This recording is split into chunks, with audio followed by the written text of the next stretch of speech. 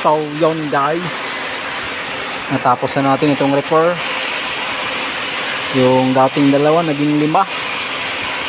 Ito kasi guys yung maiksi, yung build-upan natin ng 0.3. Yan o, build up yan guys. Yung babaw dito build up 0.3. Tapos ito yung original sample nya, mababa ay malalim yung ano, yung mahaba yung neck height pala. So nirepair din natin, binago na rin kasi hindi nga pwede.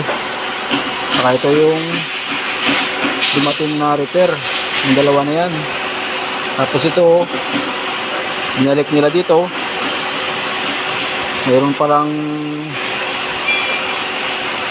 palo dito sa bibig kaya ayaw na pumasok yung freeform.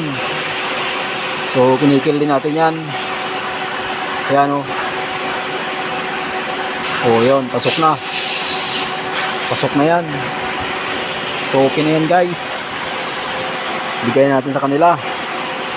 Okay, let's go.